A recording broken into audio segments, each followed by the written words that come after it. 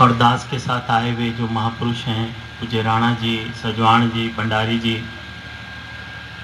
हम सब बच्चों पर ये बहुत बड़ी अपार कृपा सदगुरु की बरसी है कि आप दुर्लभ ऋषि मुनियों के, ब्रह्म ज्ञानियों के दर्शन करने का ये मौका सुलभ हुआ। और जब आप सबका दर्शन हो रहा है, बहुत मन गदगद है, क्योंकि घर से चले थे सुमरण करके। पहले करीबन 1 हफ्ते पहले पूज्य जुयाल जी, हमारे बहुत ही पुरातन कर्मयोगी ऋषि महात्मा महाराज जी का फ़ोन आया। तत्पश्चात हमारी सिद्ध मूर्ति पूज्य जोनल इंचार्ज संत हरभजन सिंह जी का फ़ोन आया और दास की झोली में ये आशीर्वाद, ये दाद मिली कि आपने कोटद्वार में जाना है और इस धाम में साथ संगत में आशीर्वादें प्राप्त करनी है। तो आशीर्वाद दो, उन्होंने भी आपके चरणों में धन्यकार भेजी, आप परवान करिएगा। चलते हुए हमारे बहुत ही पुरातन महान ऋषि महात्मा मोलूराम आर्य जी के चरणों में, उन्होंने भी आपको धन्यकार बोली। पूज्य थपलियाल जी, संयोजक महात्मा जी, अनेकों ज्ञान प्रचारक ऋषि महात्मा, देहरादून के अनेकों संतों ने आप सबके चरणों में धन्यकार भेजी है, आप परवान करिएगा और आशीर्वाद दो। जब आशीर्वाद लेकर के देहरादून से चले थे सुमरण करके, तो कोई सुनाने या समझाने का भाव नहीं, वह इसी भाव से चले थे क्योंकि अंदर दास की जब नज़र जा रही है चारों तरफ, और कल से ही जो आपका नशा, आपका भाव, तो परम पूज्य जियाल जी अभी कह भी रहे थे, भक्तों का और भगवान का ये मिलन है।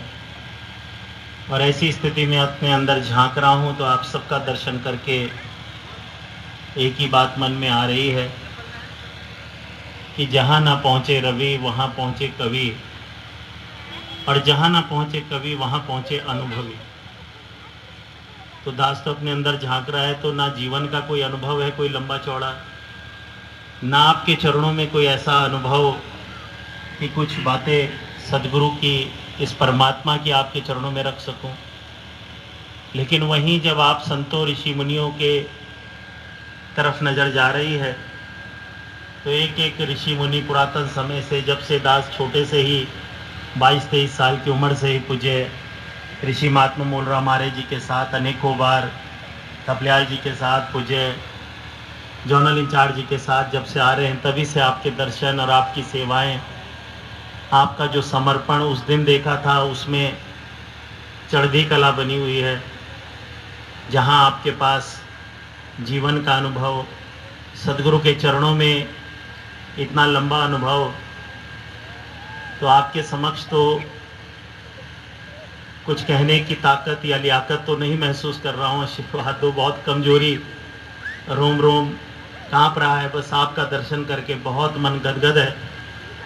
लेकिन हाँ, आपकी कृपा से जो सेवा मिली है, जो आशीर्वाद मिला है, आशीर्वाद दो। आप ऋषि मुनियों ने जो झोलियाँ भरी हैं, जो सर पर हाथ रखा है, जो वरदान दास की झोली में डाले, अपनी करनी नरक न पाऊँ और अपने कर्म से तो नरक में जगह नहीं मिल सकती।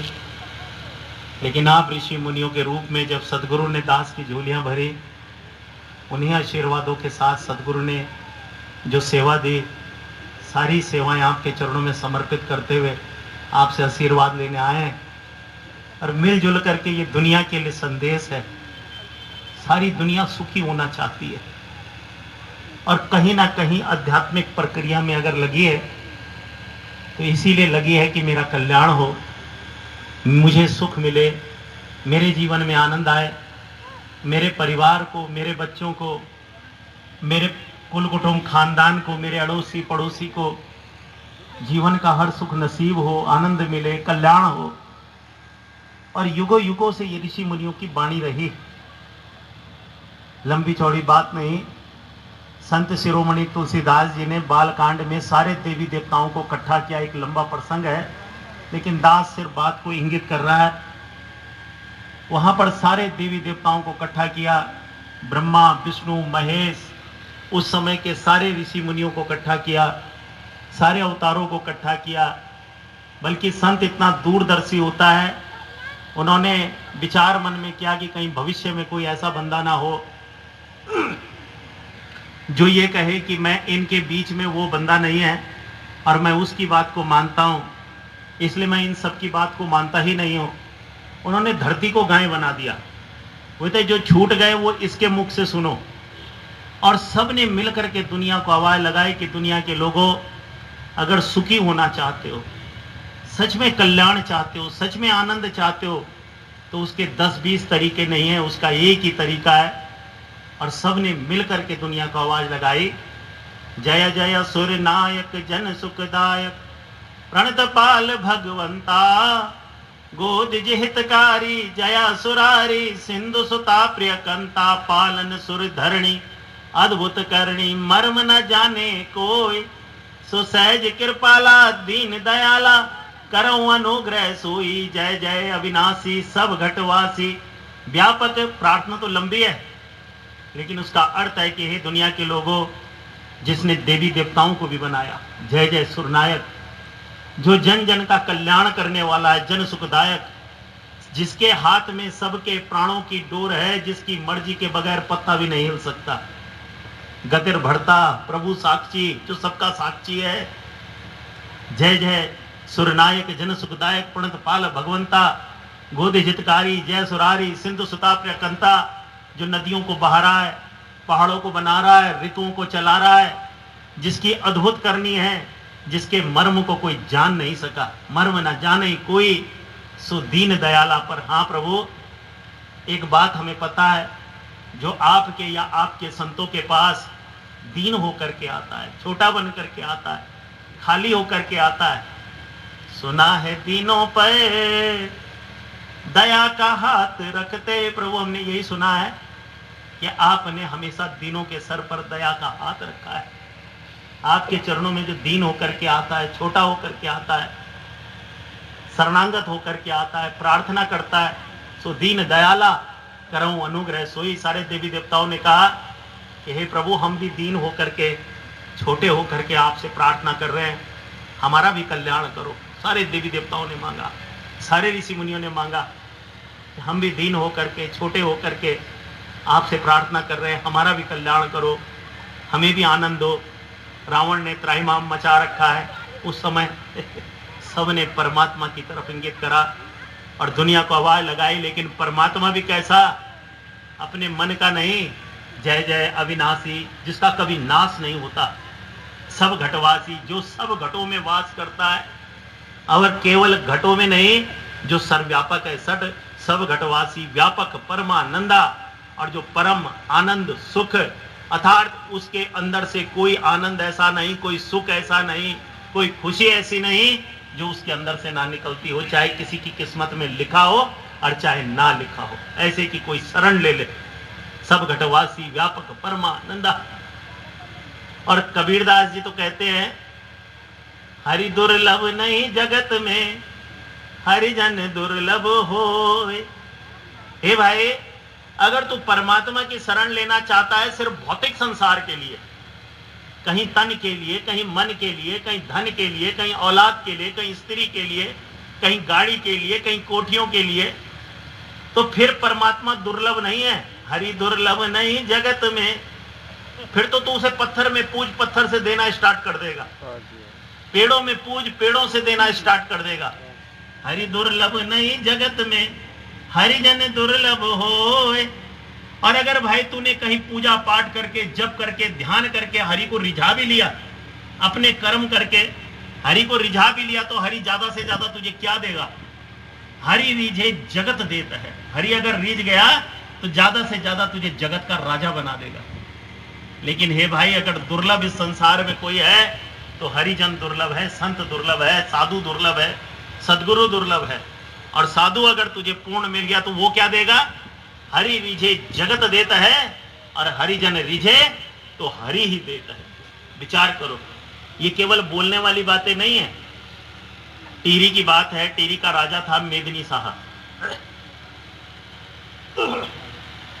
बड़ा कर्मयोगी था, लेकिन एक समय ऐसा आया जब मेदिनी शाह का सारा राजपाट खत्म हो गया और वो नंगा हो गया, दर दर का भिखारी बन गया।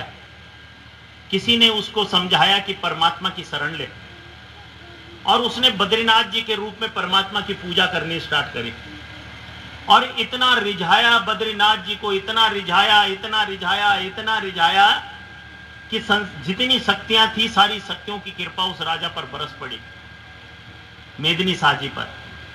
और जब उस पर कृपा बरसी तो दोबारा से राजा को राजपाट वापस मिल गया। वो एक लंबी प्रक्रिया के तहत दोबारा से वो राजपाट राजा को वापस मिल गया, पुनः राजा बन गया। और वो राजा इतना कर्मयोगी था कि जब उसके दरबार में कोई पहुंचता था अतिथि, तो दरबार में पहुंचने से पहले एक कमरे में जूते उतारे जाते थे, और जितनी देर उनका अतिथि सत्कार होता था उसके दरबार में, उतनी देर में राजा स्वयं उस कमरे में जाता था जहां जूते उतरते थे, और अपने हाथ से उन जूतों को साफ करता था और अपने सर पर लगाता था। और तभी से गढ़वाल की कहावत है कि अतिथि देवो भव, आशीर्वाद दो। इतना कर्मयोगी वो राजा था, और ऐसे कर्मों से उसने बद्रीनाथ जी को इतना रिझाया, इतना रिझाया, इतना रिझाया, इतना रिझाया कि दुनिया उसको चलता फिरता बद्रीनाथ ही कहने लग गई। बोलांदू बद्री, ये तो भाई बोलांदू बद्री, जो बोल दो वही वही जान दो, बोलता हुआ बद्रीनाथ। ऐसी उस पर कृपा बरस पड़ी कि चलता फिरता परमात्मा ही बन गया। राजा तो छोड़ो, चलता फिरता परमात्मा ही बन गया। समय बीता, क्योंकि उसका राजपाट बड़ा सहज था, सरल था, और बहुत आनंद में पूरा राजपाट, पूरा राज्य जो भी उसके पास आता था उसका मसला तुरंत हल हो जाता था। और जो उसके सामर्थ्य से बाहर था, कहते हैं कि बद्रीनाथ जी से वो बातें करता था कमरे में अकेले बैठ करके। तो बाकी बातें वो जो उसके सामर्थ्य से बाहर होती थी वो कमरे में बैठ के बद्रीनाथ जी से प्रार्थना करता था, बाकी सारे मसले हल सबके हल कर देता था। और दुनिया उसको कहने लग गई चलता फिरता बद्रीनाथ, यानी चलता फिरता परमात्मा। देखो ऐसा सामर्थ्यवान राजा, ऐसा भगत राजा।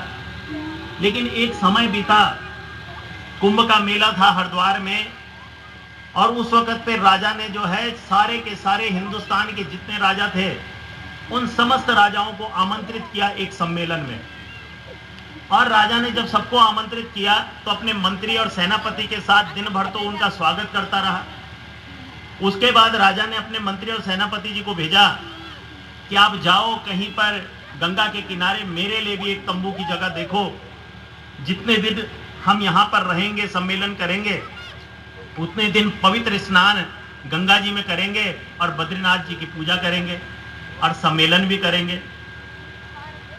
सेनापति और जो मंत्री जी थे वो दिन भर घूमे वहां पर, लेकिन किसी ने भी उनको तंबू लगाने के लिए जगह नहीं दी। और जब राजा के पास पहुंचे, मेदिनी शाह जी के पास, और मेदिनी शाह जी को सारी घटना सुनाई, बात बताई, तो उनकी आंख में आंसू आ गए कि हे प्रभु, हे बद्रीनाथ जी, ये कैसी मेरी बेइज्जती है।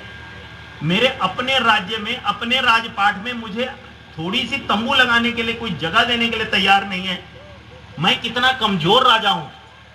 और वो रो पड़ा और एकदम से आंख से आंसू आए और कहा, बद्रीनाथ जी, अगर सच में मैंने आपकी पूजा करी है तो ये जो भी बेइज्जती है ये मेरी नहीं, ये तेरी बेइज्जती है। ये मेरी नहीं, ये तेरी बेइज्जती है। और भावुक होकर के वहां से उठा और अपना तंबू जो है चंदी घाट पर लगा दिया, और वहां पर प्रार्थना करी और पुकारा कि हे बद्रीनाथ, मैंने अगर सच में तेरी पुकार करी होली, कि मैंने तेरी पूजा करी होली, कि मैंने तेरी अगर कभी भक्ति करी होली, समर्पण करी होलो, तो अब गंगा जी का पास मैं नहीं जाने, अभी गंगा स्वयं मेरा पास आ ले और आशीर्वाद दो। ये इतिहास है और सत्य घटना। और उसके बाद कहते रातों रात जो है गंगा जी ने रूट बदला, ऐसा मौसम बदला कि गंगा जी ने रूट बदला और चंडी घाट की तरफ बहने लग गई। और सारे राजा जब अपने तंबू से बाहर निकले, उन्होंने देखा गंगा जी कहां चली गई, सूख गई। बाद में पता चला आपने तो गलत जगह गलत काम कर दिया, गलत जगह पंगा ले दिया। वो तो चलता फिरता बद्रीनाथ, वो तो बोलांदू बद्रिया, आपके तो खानदान के खानदान, पुश्तों की पुश्ते, पता नहीं क्या क्या हो जाएगा। और सबने भय होकर के, डर होकर के, और राजा के घर जो है टेंट के आगे, तंबू के आगे जाके ना जाने कितने घंटे तक प्रार्थना करी कि हे बोलांदू बद्री, हम सड़ी माफ कर दी, हम सड़ी नहीं जो पता कि आप बोलांदू बद्री छन, और हमने आप बेइज्जती करी, आप हमारी बेइज्जती छे और हम तो बिल्कुल जो छे अनभिज्ञ हुए थे, हमने यू सब गलत काम करयाली। लेकिन राजा को कुमति आ गई, राजा के मन में ऐसी कुमति आई, उसने कहा इन्होंने दिन भर मेरा अपमान किया, अब मेरी बारी है, अब मैं इनका अपमान करूंगा। और उसने अपने जूते बाहर रखे राजा ने और कहा तुम्हारी औकात नहीं है मेरे दर्शन करने की, तुम मेरे जोड़ों के, मेरे जूतों के दर्शन करो और आशीर्वाद दो। इतिहास गवाह है कि जैसे ही राजा को अहंकार आया, राजा ने ऐसा बोला, वैसे ही तंबू में बद्रीनाथ जी, चतुर्भुज बद्रीनाथ जी प्रकट हो गए। अब देखो उसकी जैसी भावना थी, जासु हृदय भक्ति जस प्रीति प्रभु देखई सदा तारीति। ऐसा नहीं कि जो भगवान को नहीं जानते तो भगवान उनकी मदद नहीं करता, लेकिन जिस रूप में मानते हैं उस रूप में मदद करता है। लेकिन कहां तक करता है, अब सुनो। प्रकट हो गए, अब उसका तो मन चतुर्भुज पर ही था, लेकिन असल में जो ऋषि मुनियों ने, संतों ने कहा कि हे भाई, विष्णु का जो कल्याणकारी रूप है, भगवान का जो कल्याणकारी रूप है, वो चतुर्भुज नहीं बल्कि कौन सा रूप है, हम रोज प्रार्थना करते हैं। शांताकारम भुजगशयनम पद्मनाभम सुरेशम विश्वाधारम गगन सदृश्यम मेघवर्णम शुभांगम लक्ष्मीकांतम कमल नयनम योग विद्यारण गम्यम वंदे विष्णु भवहरण सर्वलोकैकनाथम। हे भाई, वो तो ऐसा रूप है जो बिल्कुल शांत है, जिसमें सारे शोर हो रहे हैं, सारी दुनिया के शोर हो रहे हैं, पर वो स्वयं में बिल्कुल शांत है। शांत आकारम भुजग शयनम। हम भुजग शयनम किसे समझते थे? शेषनाग की भुजाएं जिसमें विष्णु जी लेटे हैं। कौन से शेषनाग? जिनके फन पर धरती टिकी है। लेकिन ये प्रैक्टिकल बात नहीं है। आज साइंस ने पूरी धरती का चक्कर लगा दिया, लेकिन कोई शेषनाग जी मिले नहीं जिनके फन पर धरती टिकी हो। शेष कहते किसे हैं? हम छोटे थे ना, तो गणित में एक भाग का सवाल आता है और किसी संख्या को भाग करते करते अंत में जो संख्या बचती थी उसे क्या कहते थे? शेष। ऐसे ही ऋषि मुनियों ने कहा, स्वयं भगवान कृष्ण के मुख से निकला कि हे भाई, जितनी प्रकृति तुझे दिख रही है, भूमिरापो अनल वायु खमनो बुद्धिरेवचा अहंकारित्यम में भिन्ना प्रगति, देख जहां तक तेरी नजर जा रही है, जहां तक तेरी इंद्रियां काम कर रही हैं, ये सब की सब मेरी माया है और इन सब को तू डिवाइड करता जा, भाग करता जा। ऊपर से सूरज चांद तारे, नीचे से धरती, जहां तक तेरा ध्यान जा रहा है इनको भाग करता जा, खत्म करता जा, और अंत में जो शेष बचे कभी ना खत्म होने वाला वो है शेष। अर्थात जब पूरी दुनिया खत्म हो जाएगी तब भी जो बच जाए, जब दुनिया नहीं थी तब भी जो था और आज भी जो है वो है भुजग शयनम। और वो केवल विष्णु भगवान जी की सैया नहीं, जब जब निराकार पार ब्रह्म परमेश्वर साकार धरती पर अवतार लेता है वो सबकी सैया है। उसी में पैदा होते हैं, उसी में नहाते हैं, उसी में धोते हैं, उसी में खाते हैं, उसी में पीते हैं, उसी में चलते हैं, उसी में पलते हैं, उसी से संसार का कल्याण करते हैं और उसी को संसार को बांट देते हैं। ऐसा है भुजग शयनम पद्मनाभम, जो अचल है, सुरेशम, सारे देवी देवता जहां वास करते हैं, पद्मनाभम सुरेशम विश्वाधारम, जो विश्व का भी आधार है, पूरी सृष्टि जिस पर टिकी हुई है, विश्वाधारम गगन सदृशम, दिखने में गगन के समान है, पर हे भाई गगन नहीं है, उसने गगन को भी वस्त्र रूप में धारण कर लिया है। गगन सदृश्यम मेघवर्णम शुभांगम लक्ष्मीकांतम, जहां तक हमारी नजर जा रही है सब लक्ष्मी है, माया। गौ गौचये जहां लगमन जाई वो सब माया जानो भाई, सब माया है, लक्ष्मी है। और उसको भी जो बिना हाथों के चला रहा है, बिना हाथों के नदियां बहा रहा है, बिना हाथों के पहाड़ों को बना रहा है, बिना हाथों को हवाओं को चला रहा है, बिना हाथों के जो है ऋतुओं को चला रहा है। लक्ष्मीकांतम कमल नयनम योग विद्यारण गम्यम, योगी लोग जिसका ध्यान लगाते हैं, और सबसे बड़े योगी महादेव जी, शिवजी जी, और शिवजी जी भी जिसके ध्यान में बैठते हैं, अपने लिए मांगते हैं और तब संसार को देते हैं। ऐसा विष्णु, योग विद्यारण गम्यम वंदे विष्णु, ऐसा परमपिता परमात्मा, ऐसा विष्णु। वंदे विष्णु भव भय हरण, जो सारे भय और तापों का हरण करता है, हर दुख का नाश करता है, जो भी ऐसे ज्ञान स्वरूप परमात्मा की शरण में आ जाता है। भव भय हरण सर्वलोकैकनाथम, और समस्त लोकों में एक ही समय एक साथ विराजमान रहता है और तब सृष्टि को चलाता है। अर्थात सारी सृष्टि का एक ही समय एक साथ चलाने वाला नायक, ऐसा परमपिता परमात्मा, ऐसा ज्ञान स्वरूप परमात्मा। लेकिन राजा के पास ऐसी जानकारी नहीं थी, वो तो सिर्फ रट्टाफिकेशन था, बोले मुख से करे न कर से, वो नर बुद्धिमान नहीं, औषधि होत नहीं गुणकारी, औषधि होत नहीं गुणकारी, ठीक यदि अनुपान नहीं। ए भाई, बोल तो रहे हैं रोज इस प्रार्थना को, लेकिन समझ नहीं रहे हैं। चाहिए फिर वही चतुर्भुज। अब उसका मन तो चतुर्भुज पर था, तो चतुर्भुज प्रकट हो गए और एकदम से विष्णु भगवान जी के उस रूप से वाणी निकली कि हे राजन, तूने अपने कर्म का, अपनी भक्ति का अभिमान कर लिया। अब मैं तेरे से जो है, मैं तेरे साथ नहीं रहूंगा। आज के बाद से मेरे से कोई आस मत लगाना। आज का बाद मैं दगड़ी कोई आस ना लगाई। मैंने आज ही का दिन बिटिन तेरा पास बिटिन चल जान। अब मैं तुझे जो है, मैं तेरे पास नहीं आऊंगा। तूने भक्ति का अभिमान कर लिया।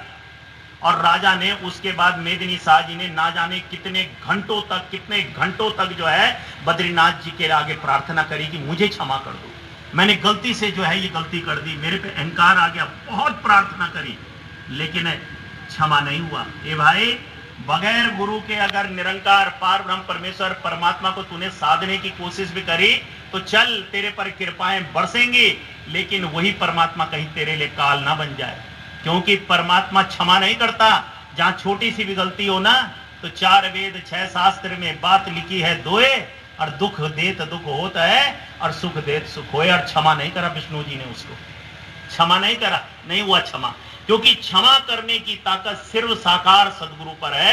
भगवान कृष्ण ने 4थे अध्याय के 36वें श्लोक में इस बात को लिखा है कि हे अर्जुन, कोई मुझ साकार तक जो पहुंच जाता है अति, और केवल अच्छे ही लोगों के लिए नहीं लिखा, केवल आध्यात्मिक लोगों के लिए ही नहीं लिखा। उन्होंने कहा अति चेदसी पापेभ्यम पाप कृतम, जो पापियों में महापापी हो, जिसने मां की हत्या की हो, बाप की हत्या की हो, और उससे भी बढ़कर के पाप कर रखे हो, ऐसा पापी व्यक्ति भी अगर मेरे साधु की आवाज को सुन लेता है, जिसके जीवन में इतने इतने काल ग्रह हों, क्योंकि पूर्व जन्मों में पाप करके पैदा होगा तो काल ग्रहों में पैदा होगा, ऐसे ऐसे काल ग्रह पैदा हो जहां उसके लिए सुख की कोई किरण ना हो, जहां उसके लिए बेचैनियां हो, हर तरीके से सबका मारा हुआ हो, सब उसे ठुकराते हो, हर तरीके से दुखों में बास करता हो, भूत प्रेतों ने घेर रखा हो, चारों तरफ से उसके लिए कोई रोशनी की किरण ना दिखती हो, ऐसा पापी, ऐसा विपरीत बंदा जिसकी पूजा पाठ भी सफल ना होती हो, किसी देवी देवता की भी कृपा उस पर ना बरसती हो,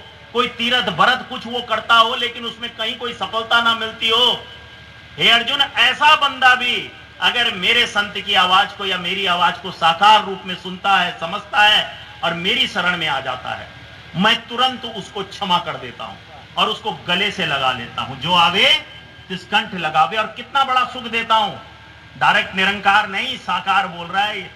और कितना बड़ा सुख देता हूं उसको कि जैसे वो मुझे मत्था टेकता है, शरणागत होता है, और शरणागत होता है, हाथ जोड़ता है, कहता है मेरा भी कल्याण कर दो, मुझे भी सुख दे दो, मैं परेशान हो गया जगह जगह भटक करके, लेकिन अब आप मेरा भी कल्याण कर दो। जैसे वो शरणागत होता है, मैं या मेरा साधु से ज्ञान का उपदेश देते हैं और उसकी जिज्ञासा पर ज्ञान का दर्शन कराते हैं, और फिर कितनी बड़ी बात हो जाती है, कितना बड़ा उसे सुख देता हूं, आनंद देता हूं, तुरंत चुटकी बजाते हैं। क्या देता हूं?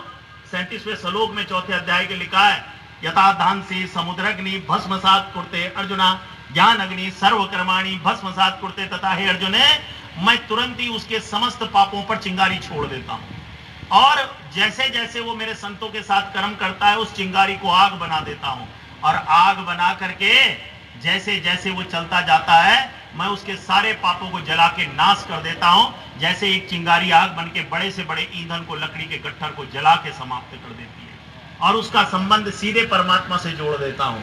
और फिर उसके जीवन में कोई पाप नहीं, कोई काल नहीं, कोई ग्रह नहीं, कोई किस्मत नहीं, कोई विधान नहीं, प्रारब्ध नहीं, फिर उसका सीधा संबंध परमात्मा से होता है।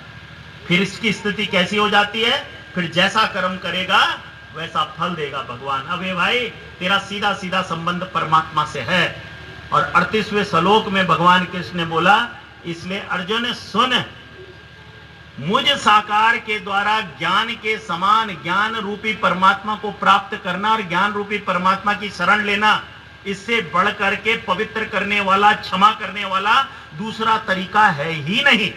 नहीं ज्ञानेन सदृश्यम पवित्र में विद्यते। तब 38वें श्लोक में भगवान के मुख से निकला कि मेरे ज्ञान के समान, ज्ञान यानी ब्रह्म ज्ञान, ब्रह्म यानी ईश्वर, जो दुनिया का मालिक है, जिसने सूरज बनाए, चांद बनाए, तारे बनाए, कुल कायनात को बनाया, जिसकी मर्जी के बगैर पत्ता नहीं हिल सकता, ऐसा परमात्मा जो एक है और निराकार है। आकार ले लेके धरती पर अवतार लेता है, लेकिन मूल रूप में निराकार है। जो एक है, निराकार है, उसको जानना, ज्ञान का मतलब है जानकारी। और कैसे जानना? जैसे आप दास को देख करके जान रहे हो कि दास का नाम राजीव बिजवाण है, और दास आपको जान रहा है कि सामने दास के जो है अरुण जियाल जी बैठे हुए हैं। ठीक ऐसी जानकारी निराकार पार ब्रह्म परमेश्वर से ज्ञान स्वरूप जानकारी, ऐसी जानकारी, इससे बढ़ करके हे अर्जुन इस संसार में कोई भी धार्मिक अनुष्ठान नहीं है। इससे बढ़ करके पवित्र करने वाला, क्षमा करने वाला, आनंद देने वाला, कल्याण करने वाला कोई दूसरा तरीका है ही नहीं। इसलिए साकार कहता है मेरी शरण में आ, मैं तुझे क्षमा भी करूंगा और पूर्ण परमात्मा को तेरा गुलाम भी बना दूंगा। ऐसी बात लिखी है, नहीं ज्ञानेन सदृशम। लेकिन वहां राजा तो साकार पर क्षमा नहीं हुआ और वहीं पर विष्णु भगवान जी ने उसको जो है श्राप दे दिया। यानी जिसने उसको परमात्मा बनाया था वही उसके लिए काल का कारण बन गया। और ऐसा समय आया, विचार करो, ये विचार करना है, देखो वो राजा कितना महान था कि अपने कर्म से परमात्मा बना, यानी उसने कभी जिंदगी में गलती नहीं करी, परमात्मा बन गया चलता फिरता। लेकिन जीवन में सिर्फ एक गलती करी और उसी पर वो क्षमा नहीं हुआ। लेकिन दास अपने अंदर झांकता है कि सच्चे पातशाह मैं तो दिन भर में पता नहीं कितनी गलतियां करता रहता हूं और कितनी कितनी गलतियां करने के बावजूद भी बस रोज शाम को बैठ जाता हूं, तू निरंकार मैं तेरी शरणा में बख्श लो, क्षमा ही मांगता रहता हूं और तुरंत क्षमा हो जाता हूं, तुरंत क्षमा हो जाता हूं। दास राजा जनक जी को पढ़ रहा था तो राजा जनक जी का जब चरित्र पढ़ा और टीरी गढ़वाल के राजा मेदिनी शाह जी का जब चरित्र पढ़ा तो दोनों के चरित्र में दास को कोई अंतर नजर नहीं आया। दोनों एक जैसे महान, दोनों कर्मयोगी, दोनों समर्पित, दोनों भगत, कोई कमी नहीं दोनों में। तो फिर क्या कारण रहा कि एक तो इतना महान बन गया जिसको विदेह कहा गया और उसकी आज तक पूजा होती है, लेकिन एक इतना महान होते हुए भी काल का ग्रास बन गया, उसको श्राप पड़ गया और वो श्राप आज तक उस खानदान में चल रहा है। विचार करो क्या कारण बना, सिर्फ एक कारण बना, एक कारण, और वो सारे ऋषि मुनियों की वाणी है, सारे देवी देवताओं की वाणी है, सारे भक्तों की वाणी है और एक लाइन में निचोड़ है कि कल्याण चाहता है तो कैसे होगा कल्याण। अगर भौतिक संसार के सुख चाहता है फिर तो मैं कह नहीं सकता जग की माया रहेगी जग में आगे गलनी दाल नहीं, लेकिन सच में सुख चाहता है, आनंद चाहता है, कल्याण चाहता है तो फिर सुन, एक लाइन में निचोड़ है, बिन गुरु भवनिधि तरई न कोई, जो बिरंज शंकर सम होई। ए भाई, राजा जनक ने अपने जीवन काल में गुरु बनाया, गुरु से ज्ञान स्वरूप परमात्मा को जाना, और मेदिनी शाह जी ने गुरु नहीं बनाया, सिर्फ परमात्मा को अपनी बुद्धि से पूजता रहा, तो चलता फिरता परमात्मा बनने के बाद भी काल में फंस गया। तो आशीर्वाद दो, आज आप हम सब कितने बड़े भाग्यशाली हैं। हमें समय का ऐसा पूर्ण सदगुरु मिला निरंकारी मिशन में, जिसने सबसे पहले हमारे संशय का अंत किया। क्योंकि जब साधु मिलता है तो सबसे पहले संशय का अंत करता है, क्योंकि साधु मिलता कब है, जब बहुत सारे पुण्यों का उदय होता है, पुण्य पुंज बिनु मिल ही न संता। और जब संत मिलता है तो क्या करता है, संत संगति संशय करंता, मैं आपका कुछ नहीं बदल रहा हूं, ना पूजा, ना पाठ, ना जप, ना तप, ना संस्कृति, ना बोली, ना भाषा, कुछ नहीं बदल रहा हूं दास। सिर्फ एक बात कह रहा हूं जो भगवान कृष्ण जी ने गीता में 10वें अध्याय में बोली, 20वें से लेकर के और 41वें श्लोक तक बोलते गए, हे अर्जुन तू इस संसार में कल्याण के लिए कहां कहां पूजा कर रहा है, कहां कहां पाठ कर रहा है, कहां कहां जप तप कर रहा है। अरे सुन, ये सब कल्याण का स्रोत नहीं है, ये सब तो मुझ में से निकलते हैं, अर्थात परमात्मा में से निकलते हैं। और 10वें अध्याय का 20वां श्लोक है, अहम आत्मा गुणाकेशा सर्वभूतास्या स्थिता अहम आदिश्य मध्यस्य भूतानामन्तेवचा। हे अर्जुन, इस संसार में जितने भूत प्राणी हैं उसमें तो आत्मा मैं हुई हूं, और इस संसार में जितनी शक्तियों को तू भज रहा है, पूज रहा है कल्याण के लिए, उन सब का आदि अंत मध्य परमात्मा ही है भाई। और तो और मैं तुझे क्या बताऊं। और 20वें से लेकर के 41वें श्लोक तक भगवान बोलते गए कि अगर तू शक्ति को मानता है तो देख शिव शक्ति को परमात्मा के अंदर देख, शस्त्रधारियों में राम को देख, कलाओं में कृष्ण को देख, आदि शक्तियों में दुर्गा को देख, नदियों में भागीरथी को देख, वृक्षों में पीपल के पेड़ को देख, जानवरों में ऐरावत हाथी को देख, गायों में नील गायों को देख, प्रकृति को भसता है तो वृक्षों में पीपल के पेड़ को देख, पर्वतों में सुमेरु पर्वत को देख, घोड़ों में उच्चे सर्वा नाम का घोड़ा मेरे अंदर देख, हाथियों में ऐरावत हाथी देख, गायों में नील गाय देख, सिद्धियों में आदि शक्तियों में दुर्गा देख, सिद्धियों में काली देख, देवी देवताओं को मानता है तो देख, इंद्र को देख, इंद्रियों में मन को देख। लंबा प्रसंग है, जहां जहां तक तू भूज रहा है, भज रहा है, वो सब परमात्मा में से निकलता है, परमात्मा में चला जाता है। और 42वें श्लोक में भगवान ने बोला कि तुझे ज्यादा जानने से क्या प्राय है अर्जुन, इस संसार के सारे रास्तों की मंजिल अंत में परमात्मा ही है, इसलिए तू ज्यादा मत जान। ये जिसको भी तू कर रहा है और जिस रास्ते पर भी चल रहा है, उन समस्त रास्तों की मंजिल परमात्मा है, इसलिए रास्ता कोई गलत नहीं है। लेकिन क्योंकि जिन रास्तों की मंजिल परमात्मा, वो रास्ते गलत नहीं हो सकते। लेकिन गलत बात क्या है कि तेरे जीवन की शाम कहीं रास्ते पर ना हो जाए। मनुष्य जन्म मिला है, बहुनाम जन्म नामंती ज्ञानो नाम पर्वदते वासुदेव सर्मिति स महात्मा सुदुर्लभा। बहुत सारे जन्मों के बीच में मनुष्य जन्म मिला है, और इसलिए मिला है कि अपना कल्याण कर, संपूर्ण सुख आनंद को प्राप्त कर और दूसरों के लिए भी कल्याणकारी हो जा, दुर्लभ हो जा। आप तरे और कुल को तारे। और वो कैसे होगा? वासुदेव को प्राप्त कर, ज्ञान स्वरूप वासुदेव को। कौन सा वासुदेव? जो संसार के कण कण में बस रहा है और जिसके लिए सारी दुनिया कहती है कि सबका मालिक एक है। ऐसे वासुदेव को प्राप्त कर और उसे हृदय में बसा, तू भी कल्याणकारी, तेरे लिए भी जो है आनंददायक हो जाएगा और तू संसार के लिए भी दुर्लभ हो जाएगा। ऐसा ज्ञान प्राप्त कर। और 42वें श्लोक में भगवान ने जब बोला कि हे भाई, सारे रास्तों की मंजिल परमात्मा है, इसलिए संत यही संशय का अंत किया करता है कि अगर आपने मन से पूजा की है तो पूजा का फल हमसे ले लो, मन से देवी देवताओं को भजा है तो उसका फल हमसे ले लो, मन से अगर कहीं भी तीर्थ व्रत किया है, कहीं पितरों का आशीर्वाद लिया है, उन सब का फल अंत में परमात्मा है। परमात्मा का दर्शन करो जो ज्ञान स्वरूप है, आकार स्वरूप नहीं। आकार में तो मेदिनी शाह जी फंस गए और आज तक काल में फंसा हुआ है खानदान। निराकार ज्ञान स्वरूप परमात्मा को प्राप्त कर, जिसकी निरंतर तू प्रार्थनाएं करता रहता है। एक अनी अरूप अनामा असदानंद व्यापक विश्व रूप भगवाना, बिन पग चले सुने बिन काना, कर बिन कर्म करे बिन नाना, आनंद रही सकल भोगी, बिन वाणी वक्ता बड़ जोगी, तन बिन स्पर्श नैन बिन देखा, नमामि समीसाण निर्वाण रूपम, विभुम व्यापकम ब्रह्म वेदम स्वरूपम, निजम निर्गुणम निर्विकल्पम। लंबी लंबी प्रार्थनाएं, लेकिन सबका अर्थ है कि जो दुनिया का मालिक है वो एक है, अनंत है, अनादि है, सर्वव्यापक है, अजर है, अमर है, अविनाशी है, शस्त्र से कटता नहीं, आग से जलता नहीं, पानी से भीगता नहीं, हवा से उड़ता नहीं और निराकार है। ऐसे को प्राप्त कर ले, ऐसे को प्राप्त कर ले, तेरी पूजा सफल हो जाएगी, तेरा पाठ सफल हो जाएगा, तेरा जप सफल हो जाएगा, तेरे पितृ सफल हो जाएंगे, तेरी जननी कृतार्थ हो जाएगी और तेरा कुल पवित्र हो जाएगा। आशीर्वादो दास जैसा नालायक आज पूर्ण सदगुरु के चरणों में, जब निरंकारी मिशन में हाथ पता नहीं जोड़े नहीं जोड़े, ऐसे ही सामने बैठ गया, अकल नहीं, कोई दातार आपका बच्चा हूं, चरण धूली हूं, कोई औकात नहीं, ऐसे ही सामने बैठा। और वही ज्ञान की आंख जो 11वें अध्याय में कृष्ण जी ने अर्जुन के लिए खोली, जब उसने भी हाथ जोड़े कि देख, अब देख तू मैं कौन हूं, सच में मेरा कल्याणकारी रूप क्या है। ना तो माम शक्य से दृष्टम नैनौ सा चक्षुषा दिव्यम ददामी ते चक्षु पश्चिम योग मैश्रम। और जैसे ज्ञान की आंख खुली, हाथ जोड़ करके अर्जुन जो है हाथ जोड़ करके जो है खड़ा हो गया कि मैं आज देख रहा हूं, मुझे क्षमा कर दो कि आप कौन हैं। तमादि देवम पुरुष पुराणम तमस्य विश्वस्य परम निदानम। हे प्रभु, आप तो आदि देव है, जब दुनिया में कोई नहीं था तब आप मौजूद थे। आज मैं पूरे विश्व को, सारे के सारे धामों को, सारे के सारे परम धामों को आप ही के अंदर देख रहा हूं। और तो और प्रभु, इस सृष्टि में कहीं कोई शक्ति भी ऐसी नहीं है जो आपके अंदर नहीं है। वायुर्मग्नि वर्णा शशांकम प्रजापतिश्च परपिता मश्च। अर्थात जैसा नालायक भी हाथ जोड़े नहीं जोड़े, निरंकारी मिशन में जैसे ही सदगुरु के ज्ञान की आंख खुली, ये ले, ये देख, ना तुम हम शक्य से, और जो देखना चाहता है तो आज यहाँ आ जाए। आपका बच्चा हूं, चरणों में कोई औकात नहीं। ये हमारे जी आज बैठे हैं अरुण जी, इनका दर्शन करो। बाबू जी खड़े हो जाओ ना, दर्शन दो सबको। संत का दर्शन इससे दुर्लभ चीज नहीं, इनका दर्शन करो। बाबा जी ने इनको थापा है, ये घट है सदगुरु का। सारी गंगा बहती है, बैठ जाओ बाबू जी, बैठ जाओ।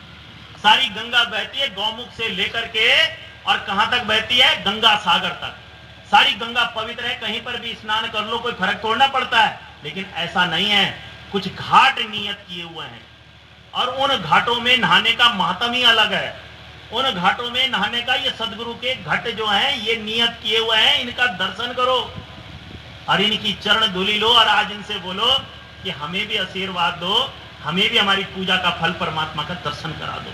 इन पर बाबा जी की कृपा है, सदगुरु महाराज जी की कृपा है, माता जी की कृपा है।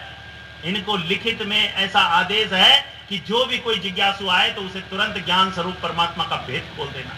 दास भी आपका बच्चा है, चरण धूलि कोई औकात नहीं है।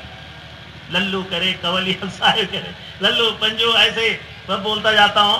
लेकिन हाँ, आप संतों की कृपा से सदगुरु माता जी ने आज आपके बीच में सेवा के लिए भेजा हुआ है। जोड़ों में बैठने लायक औकात नहीं रखता, लेकिन आप संतों की जिस नीच को कोई ना जाने, नाम जपे चौखंडी जिसके सर पर आप हाथ रख देते हो, मुकम करोति वाचालम पंगम लंगते गिरिम यत कृपा तहम बंदे परमानंद माधव। यहाँ पे ठाजरदार जैसे नालायक को आपकी चरण धूलि बना करके, लेकिन आज सेवा में आ रखा हूं। अगर कोई आज आए और बोले कि मुझे भी परमात्मा का दर्शन करा दो, आज आपको करा करके जाऊंगा। सीधी बात है, आशीर्वाद दो। इस स्थिति में स्वयं हूं, जैसे ज्ञान की आंख खोले, आज सामने से परमात्मा दास को देख रहा है, दास परमात्मा को देख रहा है। ज्ञान स्वरूप परमात्मा जो कल्याणकारी है, और उसकी गारंटी है कि आज अगर आप बोलेंगे तो आपको भी करा के जाऊंगा। सदगुरु ने ज्ञान खोल दिया, पता चल गया कि धरती पर इस वक्त सरदार नहीं, सरदार के देश में, क्योंकि महापुरुषों जिसने निराकार परमात्मा का दर्शन कर लिया, इसके अनुभव ले लिए, इसको हृदय में बसा लिया, इसके जीवन में अनुभव ले लिए, इसके वचनों से अनुभव गम में भजे जब संता, यद्यपि ब्रह्म अखंड अनंता पर अनुभव गम में भजे जब संता। जब इसके अनुभव से ये हृदय में बैठ जाता है तो कोई माई का लाल आखिरी श्वास तक हमको हिला नहीं सकता निराकार से। लेकिन अब अगर मन भटकता है तो कहां भटकता है? महात्माओं ने लिखा, निर्गुण रूप सुलभ अति सगुण न जानहि कोय, अगम निगम नाना चरित ऋषि मुनि सब भरम होय। ए भाई, जब सगुण रूप में ये धरती पर विचरण करता है ना, तो ऋषि मुनियों को भ्रम हो जाता है, ऋषि मुनियों को भ्रम हो जाता है। बहुत सारे लोग कहते हैं, अरे तुम्हारे बाबा जी ने परमात्मा का दर्शन कराया, वो तो परमात्मा था, फिर मरा क्यों? अरे उनको बोलना पड़ता है, बस साकार की तो लीला है। ये इतनी लीलाएं करता है कि आंख के सामने सामने रूप बदलता रहता है। यदा यदा ही धर्मस्य ग्लानिर्भवति, जब जब धरती पर अधर्म फैलता है, ये रूप ही बदलता रहता है। कभी हिंदू बन जाता है, कभी मुसलमान बन जाता है, कभी सिख बन जाता है, कभी ईसाई बन जाता है, कभी स्त्री बन जाता है, कभी पुरुष बन जाता है। लेकिन असल में तो ये निराकार परमेश्वर है जिसको देखना है। ये किसी भी घट में बैठ के रूप बदल देता है। सबसे पहले तो यही हो जाता है, और फिर साकार में जितना चरित्र करता है वो और भ्रम में डालता है, क्योंकि हमारी तरह रोता है, हमारी तरह हंसता है, हमारी तरह जीवन जीता है, हमारी तरह ग्रस्त में रहता है, हमारी तरह सहज रहता है, सहज साधु, सहज सरल इंसान की तरह जीवन जीता है। और ज्यादा भ्रम हो जाता है। अप्रकट होता है तो और भ्रमित करता है, प्रकट होता है तो और भ्रम में डाल देता है। माता पार्वती जी, सती माता जी भगवान भोलेनाथ जी के साथ जा रही थी, आपने भी कहानी पढ़ी है। और जब भगवान भोलेनाथ जी ने हाथ जोड़े तो जय माता ने पूछ लिया, आपने किसको हाथ जोड़े? आप तो देवादिदेव हैं। उन्होंने कहा, ये धरती पर जिसको मैंने हाथ जोड़े ये मेरा गुरु है, मैं इनका ध्यान लगाता हूं। बोलते ये आपका गुरु, ये तो पत्नी के लिए रो रहा है, राम जी के लिए बोला, ये तो एक आम इंसान है। अरे मान जा, इसने पूर्व में मुझे, ये तो रूप बदलता रहता है, पूर्व में इसने शक्ति अवतार में मुझे ज्ञान दिया था, तब मेरा कल्याण हुआ, नहीं तो मैं तो साधारण मनुष्य था। बोले नहीं नहीं, मैं नहीं मानती, है तो साधारण इंसान लग रहा है, मैं परीक्षा लूंगी। और ले चली गई परीक्षा लेने, फूल चुनने आई थी बागे हयात में, और खाड़ जाड़ दामन को उलझा दिया। वहीं पे संत की बात को नहीं माना, भोलेनाथ जी की बात को नहीं माना, और जब परीक्षा लेने गई कि मैं देखूं, चलो सीता का ही रूप धारण कर लिया जिसको खोज रहे हैं, और जैसे गई तो भगवान नहीं हो, राम जी ने हाथ जोड़ दिए सदगुरु ने। महाराज आज भोलेनाथ जी को कहां छोड़ दिया? अब वो सत पका गई। आगे देखा राम सीता लक्ष्मण, पीछे देखा राम सीता लक्ष्मण, भागी वापस। संत ने कहा ले ली परीक्षा? हाँ, कुछ नहीं बोली। और हजारों साल का कष्ट कितना सहन करना पड़ा उसे, जब उसके मन में थोड़ा सा भी अविश्वास हुआ तो।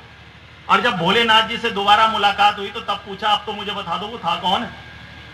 और तब भगवान भोलेनाथ जी ने बोला, सुनो हे पार्वती, अब आज के बाद संशय में मत पड़ना, मैं तो साधारण मनुष्य था, मेरा नाम सिर्फ शंभू था, मैं अविनाशी नहीं था। वो तो मुझे इसी ने जो है निराकार रूप का दर्शन कराया, ज्ञान स्वरूप परमात्मा को मैंने इसी से जाना, जब इसने शक्ति अवतार में मुझे ज्ञान दिया, और तब जाकर के इस ज्ञान को मैंने पिया, और तब जाकर के मैं शंभू से अविनाशी परमात्मा बना। नाम प्रसाद शंभु अविनाशी, साजो मंगल मंगल राशि, सुख सनकादिक सिद्ध मुनि जोगी, नाम प्रसाद ब्रह्म सुख भोगी। ये भोलेनाथ जी कह रहे हैं कि भाई इन्होंने मुझे जो है ये नाम अमृत दिया, ये निरंकार का दर्शन कराया, और जैसे जैसे मैंने इसको देख के सुमरण करा, मैं शंभू से अविनाशी बन गया। और तो और मेरा तो साजबाज भी अमंगल था, मेरे घर की स्थितियां कैसी थी? लोग कहते मेरा घर बड़ा परेशान है, तो उसको सुखी होने का तरीका क्या है? भोलेनाथ जी कह रहे हैं रामायण में वैसे नाम प्रसाद शंभु अविनाशी साजो अमंगल, मेरा तो साजबाज अमंगल था। और कितना अमंगल साजबाज था, सबसे पहले मेरी वेशभूषा ही अमंगल थी। मेरे गले में सांप लटके हुए, लंबे लंबे मेरे बाल हिप्पियों की तरह, राख मली हुई, नंग धड़ंग कपड़े ही नहीं पहन रखे, सोसाइटी में बैठने लायक ही नहीं। और मेरे यार दोस्त कौन थे, जो दुनिया के सबसे खतरनाक आतंकवादी हैं, भूत पिशाच राक्षस, ये मेरे संगी साथी। और इनके संग का मेरे पर कैसा असर पड़ा कि मेरे ऐसे गंदे गंदे व्यसन है, मैं धतूरा खाता था, भांग पीता था। और मेरे परिवार की स्थिति क्या थी, मेरे परिवार की स्थिति क्या थी, मेरे परिवार में कौन कौन लोग रहते थे। सबसे पहले गणेश जी, जिनकी सवारी चूहा है, जो जिस पे बैठता है उसकी मति वैसी, यही दर्शाता है। सबसे पहले जो है मेरे एक बच्चे की सवारी चूहा, दूसरा बच्चा कार्तिक, उसकी सवारी मोर, मेरे गले में सांप लटके, मेरी सवारी बैल, मेरी पत्नी की सवारी शेर। और ये सब एक दूसरे के दुश्मन नहीं, जानी दुश्मन है। जब मिलेंगे ना तो लड़ेंगे नहीं, एक दूसरे को खत्म कर देंगे। चूहे का दुश्मन जो है सांप है, सांप का दुश्मन मोर है, बैल का दुश्मन शेर है। ऐसी विपरीत मति वाले लोग मेरे घर में रहते थे। इतनी स्थिति खराब थी। लेकिन सिर्फ और सिर्फ इस ज्ञान को जब मैंने लिया इनके द्वारा और इस ज्ञान का सुमरण करा, इनके वचनों से इस ज्ञान को पिया, सुमरण किया, सेवा करी, सत्संग किया, और जैसे जैसे मैं इस निरंकार को पीता गया, मेरा सारा का सारा अमंगल साजबाज भी मंगल राशि में बदल गया। कैसे बदला? फिर तो इतनी बेहतरीन स्थिति हुई कि मेरे घर की इतनी विपरीत परिस्थिति होते हुए भी इस निराकार पारब्रह्म परमेश्वर के कारण इतनी बढ़िया परवरिश हुई कि मेरा एक बच्चा जो है वो IAS अफसर बन गया, उसमें भी चीफ सेक्रेटरी, सबसे पहले इसकी पूजा होगी।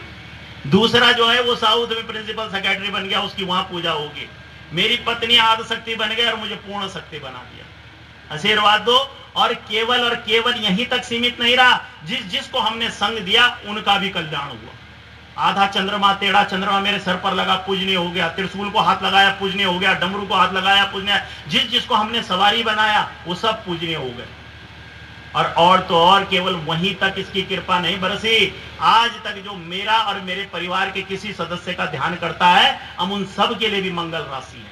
और केवल मुझ तक सीमित मत रहो, आगे बोला केवल मुझ तक सीमित मत रहो। सुख सनकादिक सिद्ध मुनि जोगी, नाम प्रसाद ब्रह्म सुख भोगी। इस संसार में सुखदेव मुनि जी, सनकादिक मुनि, जो प्रथम ऋषि मुनि हुए धरती पर, जिसका भी कल्याण हुआ इस ज्ञान स्वरूप परमात्मा के कारण हुआ। बाकी कोई दूसरा तरीका नहीं है कल्याण का, सुख का, आनंद का, किस्मत को बदलने का, जीवन में आनंद प्राप्त करने का। अगर किसी ने और कोई तरीका आजमाया तो उसका हाल क्या हुआ? 1 लाख पूत, 1.25 लाख नाती, 30 रावण घरे दिया ना बाती। तो आज कितनी बड़ी दौलत ये सदगुरु ने हमारी झोली में डाल दी। और जिसने नहीं देखा वो आज देख के जाना, वंचित मत हो जाना। समय है ये। अभी हमारे राणा जी कह रहे थे, समय गया फिर हाथ ना आए, रोएगा पछताएगा। अरे राम नाम की लूट है, लूट सके तो लूट, और फिर पाछे पछताएगा जब प्राण जाएंगे छूट। और सदगुरु ने, संतों ने समझाया, ज्ञान का मतलब ये नहीं कि हमने निरंकार को देख लिया। ज्ञान का मतलब है जिस पल इसको देखा और इसको पूर्ण समर्पण करा, उसी पल से ये परमात्मा आपका साथी बन जाएगा, आपकी रक्षा करेगा, हर पल आपका सहारा बनेगा। बशर्ते पूर्ण समर्पण करना। गुर सिकदा बस है ना कर्तव्य अपार्पण। कैसा समर्पण? जैसे बहनें करती हैं। पंडित जी ने 4 मंत्र बोले, 7 फेरे कराए। बताओ आज तक किसी दूल्हे की गारंटी ली पंडित जी ने? कोई मेरी तो ली नहीं, किसी की ली हो तो हाथ खड़ा करो। लेकिन उसके बावजूद आप विचार करो, बहनों की जात बदल जाती है, कुल बदल जाता है, गोत्र बदल जाता है, खानदान बदल जाता है, माता पिता छूट जाते हैं, मायका छूट जाता है, और इतने बड़े समर्पण के साथ उसके पीछे चल पड़ती है जिसकी कोई गारंटी नहीं है। और समर्पण कितना बड़ा है? आज मेरी डोली तेरे घर जा रही है, और किस दिन घर से बाहर निकलूंगी? जिस दिन निभाई दूंगी। विचार करो। और जितनी बहनें आज तक दास से रसीदें कटाई, पता नहीं कितनी विपरीत परिस्थिति में रहती हैं, लेकिन आज तक जितनी बहनों ने रसीद कटाई, कभी किसी बहन ने ये नहीं बोला कि मुझे छुटकारा दिला दो। सब यही कहती है कि सुमति दे दो, मैं आखिरी श्वास उसके साथ निभाना चाहती हूँ, जिसकी गारंटी नहीं। लेकिन सदगुरु साकार जब धरती पर अवतार होता है ना, वो मेरी आत्मा और इस परमात्मा के बीच का पंडित ही होता है। और संबंध जोड़ने के बाद पक्की गारंटी लेता है, पक्की गारंटी। जैसे पंडित जी दूल्हे की तरफ से बोलते ना मंत्र, वैसे सदगुरु निरंकार की तरफ से बोलता है। और क्या बोलता है? सारी दुनिया के लिए, सारी आत्माओं के लिए, कि इसका आपने दर्शन कर लिया, अब सुनो, जो तू मेरी होए रे, इसकी तरफ से बोलता है, निरंकार की तरफ से। इसे समर्पण कर दो पूर्ण। जो तू मेरी होए रे, सब जग तेरा होए। मैं तेरे को सारे सुख दे दूंगा, तेरी औलाद बिगड़ी है सुधार दूंगा, पति बिगड़ा है सुधार दूंगा, घर बिगड़ा है सुधार दूंगा, सास बिगड़ी है सुधार दूंगा, बहू बिगड़ी है सुधार दूंगा, बेटी बिगड़ी है सुधार दूंगा, दुख है सुख में तब्दील कर दूंगा, दुख भगा दूंगा, तेरे करीब ला दूंगा, बशर्ते पूर्ण समर्पण कर, पूर्ण समर्पण। और 3 काम कर, सुमरण कर। इसके सुमरण ने बड़े बड़े पापियों को तारा। घर में सुबह उठते हैं, किसी की शक्ल देखे बगैर सबसे पहले निरंकार को देखो, इसका सुमरण करो, और इसका सुमरण करो, और फिर उसके बाद मत्था टेको। किसको टेको? इस निरंकार को। और कहां टेकना है? जिन्होंने राम का दर्शन पाया इनको तुम नमस्कार। पत्नी बाद में, पहले वो परमात्मा की मूर्ति है अगर ब्रह्मज्ञानी है तो। पति बाद में, पहले परमात्मा की मूर्ति है। बच्चे बाद में, पहले परमात्मा की मूर्ति है। माता पिता बाद में, पहले परमात्मा की मूर्ति है। माता पिता से आशीर्वाद लेंगे तो उतना ही मिलेगा जितनी सीमाएं हैं उनकी, लेकिन उनके घट में परमात्मा का आशीर्वाद लेंगे तो असीमित मिलेगा, असीमित, फिर उसकी कोई सीमा नहीं। ऐसे इसको मत्था टेक, सुमरण करो बड़े बड़े पापियों का। इसके सुमरण से ही जो है पार उतारा हुआ। अपितु अजामिल गज गणिकाऊ भय मुकत हरिनाम प्रभाव, उल्टा नाम जपा जग जाना, बाल्मीकि भय ब्रह्म समाना, सुख सनकादिक सिद्धमुनि जोगी, नाम प्रसाद ब्रह्म सुख भोगी, कहां तक कहूं नाम बढ़ाई, राम न सके नाम गुण गाई। ए भाई, मैं कहां तक इस परमात्मा के सुमरण की गाथा गाऊं आपके आगे? जिब्या तो छोड़ो, साकार सदगुरु जिसने निराकार का दर्शन कराया वो भी नहीं बता सकता कि मेरे निरंकार पार ब्रह्म परमेश्वर जिसका आपको दर्शन कराया है, इसका और इसके सुमरण की कितनी बड़ी ताकत है, मुझे भी नहीं पता। ये तुलसीदास जी ने सदगुरु के मुख से निकाला। इसलिए इसका सुमरण करो। रात को बैठ करके सब मिलजुल करके सुमरण किया करो, एक दूसरे को धन्यकार किया करो, अवतारवाणी पढ़ा करो घर में, और चरणामृत पिया करो। चरणामृत की बहुत बड़ी ताकत है। अकाल मृत्यु हरणम। हे भाई, पहले तो कोई काल किसी की महापुरुष के आगे टिक नहीं सकता। ये तरीके हैं इससे सुख लेने के।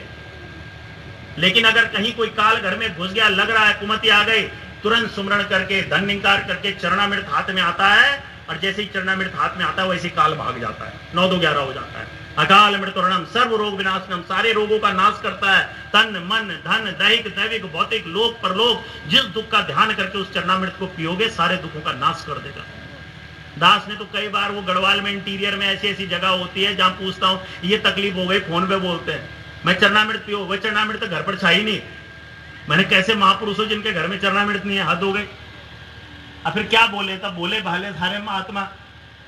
कई बार दास ने आपका बच्चा हूं से हाथ दो लल्लू बने में बाबा जी के चरणों में ध्यान करके, सच्चे पासत तूने सेवा दी है, और ये चरणामृत में उसका ध्यान करके पी रहा हूं, उसको वहां आनंद दे देना। अरे यो चरणामृत पिया, अंदर पिया, 5 मिनट बाद फोन करा क्या हाल है, बिल्कुल ठीक हो गया। भाई सर्व रोग विनाशनम, इतनी बड़ी ताकत है इस चरणामृत की। इसे श्रद्धा से आस्था से पिया करो, खुद भी पियो, परिवार को भी पिलाओ। सर्व रोग विनाशनम विष्णु पादोत्कंपित्वा। लेकिन मन में यह बैठा देना, जिसने इस निराकार का दर्शन कराया वो साकार सदगुरु, वो 3 लोक 9 खंड का मालिक है। निराकार छोटा है और साकार बड़ा है। साकार क्षमा करता है और निराकार क्षमा नहीं करता। साकार ताड़ देता है चाहे कितने बड़ा से बड़ा पापी पहुंच जाए, निराकार तो दूध का दूध करता है और पानी का पानी करता है।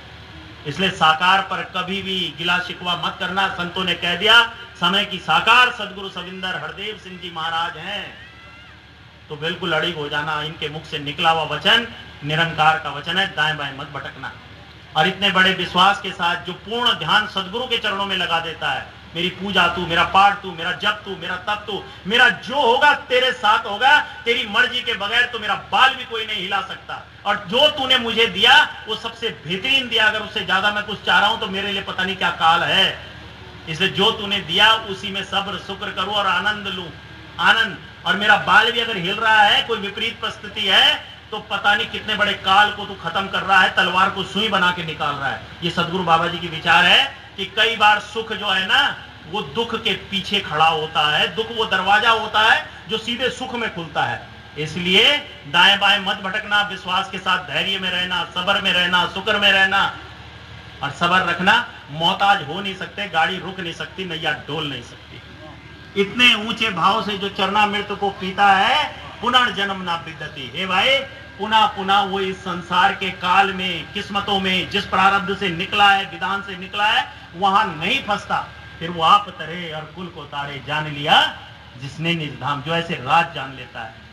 और आशीर्वाद दो। अंत में दास एक बात आपके चरणों में जरूर रखेगा, क्योंकि संत शिरोमणि तुलसीदास जी ने लिख दिया कि हे भाई, तेरे बस का कुछ नहीं है समर्पण के बाद ना, तो एक काम कर, 10-20 मकाम मत कर, एक सुमरण कर, चरणामृति और सेवा जरूर कर तन मन धन से।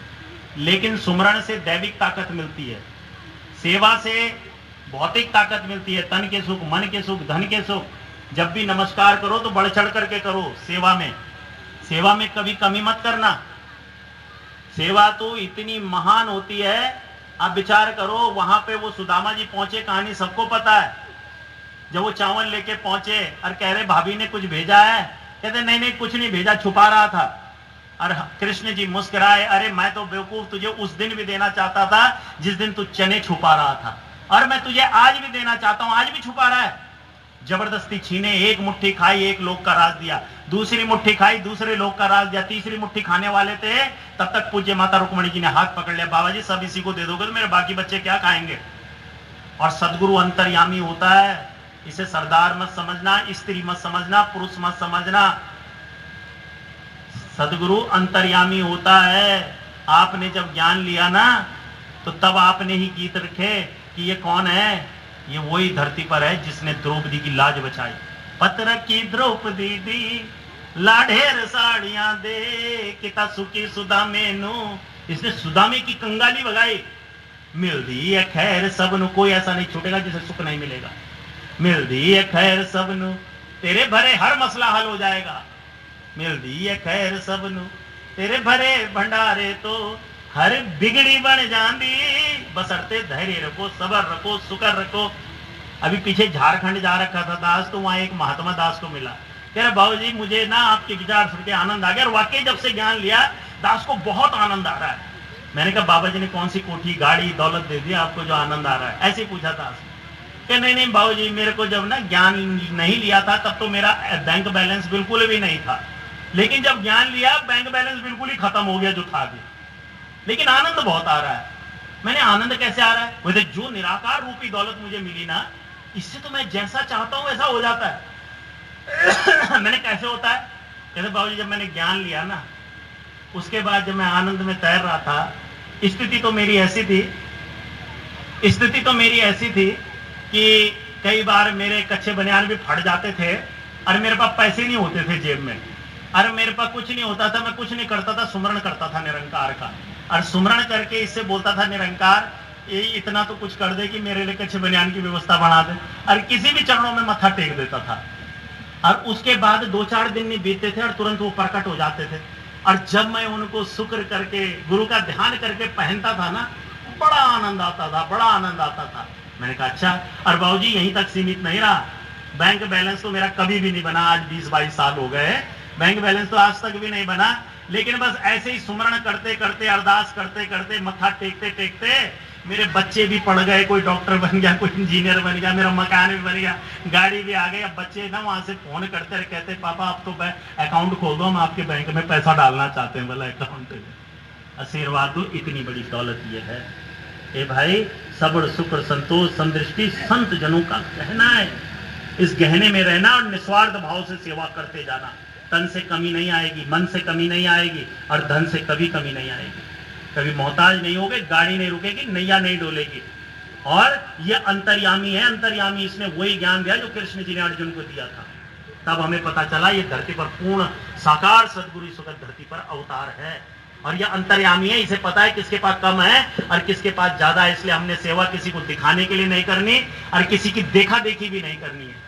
लेकिन हाँ, दास को आशीर्वाद दो, कितना बड़ा आपने यकीन दिया, आशीर्वाद दो, क्योंकि यहाँ बैठा हूं आपके चरणों में, लल्लू की तरह बोल रहा हूं, लेकिन इतना बड़ा आपने यकीन दिया कि जब जब इसको पुकारा और जहां तन मन धन से समर्पित हुआ, तो यह एहसास हो गया कि देखो कितनी बड़ी दौलत मुझे मिली है। एक दिन दास अखबार पढ़ रहा था ना, तो अखबार में एक न्यूज पढ़ रहा था, और उस न्यूज में आया एक लड़का लड़की ने आपस में जान देने की कोशिश करी, पुलिस ने बचा लिया उनको।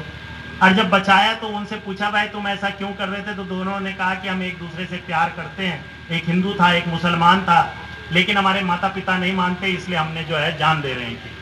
दास ने बाद में बैठ करके मनन किया, मैंने कहा देखो ये कैसा प्यार है, एक दूसरे के मन का पता नहीं, एक दूसरे के भाव का पता नहीं, एक दूसरे ने मिलना भी है, साथ कितने दिन रहना है ये भी पता नहीं, मिल जाएंगे तो कितने दिन साथ रहेंगे ये भी पता नहीं। कहां तक स्थिति बनेगी ये भी पता नहीं, एक दूसरे के बारे में कुछ पता नहीं, ये है इसके मिजाजी, लेकिन फिर भी जात खोने के लिए तैयार, मजहब खोने के लिए तैयार, माता पिता को छोड़ने के लिए तैयार, जान देने के लिए तैयार। लेकिन आप विचार करो, आज कितना बड़ा विश्वास और यकीन आपने दिया कि मेरे सदगुरु ने मेरे यार का दर्शन मुझे करा दिया, मेरे आत्मा के पति परमात्मा, और इतना बड़ा विश्वास दिया कि मेरे यार से बड़ी संसार में कोई दौलत नहीं है, मेरे यार से बड़ी संसार में कोई रिश्तेदारी नहीं है, दुनिया के सब रिश्ते झूठे, सच्चा रिश्तेदार ये खड़ा है सामने, ये गुरु खड़ा है।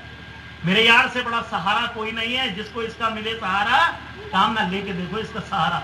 संतों को चरण डलाओ, फोन करके नहीं, मतलब हाथ जोड़ के, मत्था टेक के, मेरे घर में परमात्मा, मेरे घर में चरण डाल। राजीव बिजवाड़ नहीं, चमड़ा नहीं, जियाल जी नहीं, चमड़ा नहीं, कोई भी किसी भी संत को बुलाते हाथ जोड़ करके, मेरे घर में समय लो उनसे, अपना समय मत दो, उनसे समय लो। हे प्रभु कब मेरे घर में चरण डाल सकते हो? जाकी रही भावना परमात्मा के साथ, जैसा भाव होगा ये वैसे ही देता है फिर, और वैसे ही परीक्षाएं लेता है।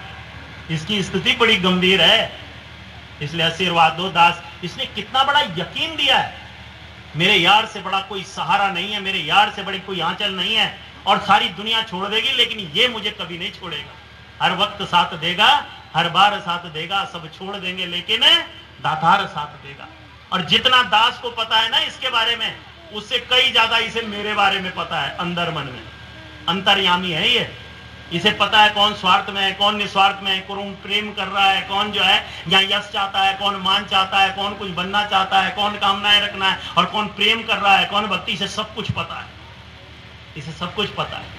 इतना बड़ा यार खड़ा है, यह है इसका हकीकी। इसको मेरे बारे में पता है, मुझे इसके बारे में पता है कि मिलन होना ही होना है, और उसके बावजूद मैं अगर इससे प्रेम नहीं कर पाया, धैर्य नहीं रख पाया, शुक्र नहीं रख पाया, इसके पास टिक नहीं पाया, तो मुझसे मूर्ख व्यक्ति कौन है? इसलिए हे सदगुरु, जब भी प्रेम छलकता है तो सेवा के वक्त पे छलकता है। सेवा के वक्त पे पता चलता है भगत है या राजीव बिलवाड़ तू ठगू भगत है। दो फिर बात रहो, तब पता चलता है सेवा के वक्त पर। इसलिए आज झोली फैला करके मांगने आया हूँ साध संगत जी, जब जब भी सेवा का नंबर आए, चाहे तन करके आए, हमारे राणा जी बैठे हैं, सजवान जी, भंडारी जी, हम सब बच्चे आज आपसे मांगने आए हैं। हे सतगुरु महाराज, आप धरती पर साकार परमात्मा के अवतार हो और स्वयं निराकार रूप में खड़े हो, साध संगत रूप में आपने हमेशा कहा ये 21 है, आज झोली फैला के मांग रहे हैं। जब जब भी हे प्रभु सेवा का नंबर आए, चाहे तन करके, चाहे मन करके, चाहे धन करके, हे दातार, मैंने किसी को दिखाने के लिए नहीं करनी है, न देखा देखी करनी है, लेकिन मुझे खुद को लगे कि मैंने अपने यार के लिए कुछ कलेजा निकाल करके समर्पित किया है, कुछ मैं इससे प्यार कर पाया। ऐसा दास को हमको आशीर्वाद दे करके भेजना साध संगत जी। और सत्संग के लिए तो बोला कि हे भाई तू 10-20 काम मत कर, एक काम कर दे। संत शिरोमणि तुलसीदास जी ने कहा एक काम कर दे, जिंदगी में कुछ करने की जरूरत ही नहीं पड़ेगी और संसार के सारे सुख तेरे गुलाम बन जाएंगे। उन्होंने कहा क्या करना है? अंत में दास बोल रहा है, बोले एक काम कर दे। बोले क्या? बोले भावना से सुमरण कर और सेवा के ऐसे भाव रख करके तू एक काम कर, सारी सृष्टि तेरी गुलाम बन जाएगी। वो तो क्या करना है? सुनई समझहि जन मुदित मन, मज्जहि अति अनुराग, लही चार फल अछत तनु, साधु समाज प्रयाग। ए भाई तो कुछ मत कहे, भावना से संतों के चरणों में जा, उस संत समाज में जाके इनकी गुरुमत की बातों को सुन और इनको परमात्मा देख, इनके गुण अवगुण मत देखना, सत्संग को कभी मत छोड़ना, इनसे प्रार्थना कर रोज मेरे जीवन में सत्संग दे दो। सत्संग के बगैर ये निरंकार परमात्मा एक्टिवेट नहीं होता, सत्संग के बगैर ये निरंकार परमात्मा जो है मेरा साथी नहीं बनता, सत्संग के बगैर ये मेरे सुमरण की कीमत को, सुमरण की ताकत को भक्ति में तब्दील नहीं करता, सत्संग के बगैर ये मेरी सेवा की जितना सामर्थ्य मिलता है उसको भक्ति में तब्दील नहीं करता, और जिसके जीवन में सत्संग होता है उसकी सारा सामर्थ्य भक्ति में तब्दील हो जाता है, उसका सुमरण भक्ति में तब्दील हो जाता है, उसकी सेवाएं भक्ति में तब्दील हो जाती हैं जो निरंतर सत्संग करते हैं।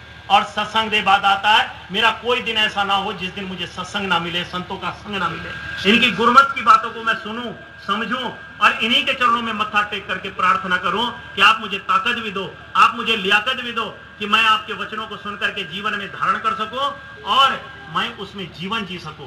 बोलते तू सिर्फ इतना काम करेगा, मन को बदलेगा ना, चार सुख तेरे गुलाम बन जाएंगे स्वतः ही और तू बदल जाएगा। बोलते कौन कौन से सुख गुलाम बनेंगे? सबसे पहले धर्म तेरा गुलाम बनेगा, धर्म यानी निरंकार परमात्मा। तेरा मन जैसे बहेगा संतों के साथ वैसे ही निरंकार तेरा गुलाम बन जाएगा। मन ऐसे जैसे गंगा नीर पाछे पाछे हरी फिरत कहत कबीर कबीर। तेरे घर में धर्म का वृक्ष लग जाएगा, तेरे मन में धर्म का वृक्ष लग जाएगा, तेरे कुल कुटुंब खानदान में धर्म का वृक्ष लग जाएगा और सारी शक्तियां तेरे कुल कुटुंब खानदान के चारों तरफ नाचती रहेंगी। हरे कृष्ण गोविंद हरे मुरारी, हे नाथ नारायण वासुदेवा। दूसरी चीज क्या गुलाम बनेगी? अर्थ गुलाम बन जाएगा तेरे लिए। वैसे अर्थ गुलाम बनने का मतलब ये नहीं कि मैं करोड़पति हो जाऊं, अरबपति हो जाऊं, खरबपति हो जाऊं। हे भाई, तू सच में अगर गुरुमत में जीवन जीता है, निरंतर सत्संग करता है, शरणागत रहता है और निजी जीवन में भी प्रार्थना करता है मैं गुरुमत में जीवन जीऊं, तो संसार की जितनी अर्थ की शक्तियां हैं, लक्ष्मी माता, कुबेर जी, विश्वकर्मा जी और भी जितनी शक्तियां हैं, ऐसे गुर सिक्के चारों तरफ खड़ी हो जाती हैं और निरंकार से प्रार्थना करते हैं कि हे सदगुरु महाराज, ये गुरुमत वाला बंदा है, हमारी वजह से इसकी आंख में आंसू ना आए, ये मोहताज ना हो जाए, गाड़ी ना रुके, इसकी नैया ना डोले, कहीं ये रो पड़ा हमारी वजह से तो हम 3 लोग 9 खंड में बक्से नहीं जाएंगे। इसलिए आप कृपा करो, जल्दी से जल्दी हमें इसकी जमा पूंजी बनाओ, हमारी भी टेंशन खत्म हो, नहीं तो 24 घंटे इसके चारों तरफ खड़ा रहना पड़ता है व्यवस्था में। अर्थ गुलाम बन जाएगा। और जिस दिन भौतिक संसार का भी राजा बनाना होगा सदगुरु ने, तो कौन माइका लाल रोक सकता है? और वैसे भी अगर राजा नहीं भी बने, वैसे भी आप राजा हो, सारा अर्थ वैसे ही टेंशन में है आपके लिए, अगर आप समर्पित भाव से सेवा सुमरण सत्संग करो। राजा है वह कुल सृष्टि का, राज जो एदा जान लेवे। इतना बड़ा अर्थ आपका गुलाम बन जाएगा। तीसरी चीज क्या गुलाम बनेगी? कामनाएं गुलाम बन जाएंगी। हे भाई, जो कि गुरुमुख की कामनाएं अगर भौतिक संसार की भी हैं तो गुजरान वाली होती है, कोई लोभ लालसा वाली नहीं होती है। वो यही बोलता है कि साधु इतना दीजिए, जामे कुटुंब समाई। प्रभु मेरा कुटुंब खानदान है, वहां संस्कार होते हैं, लेन देन होता है, तो मेरा हाथ हमेशा यूं रखना, भिखारी मत बनाना, मुझे दाता बनाना।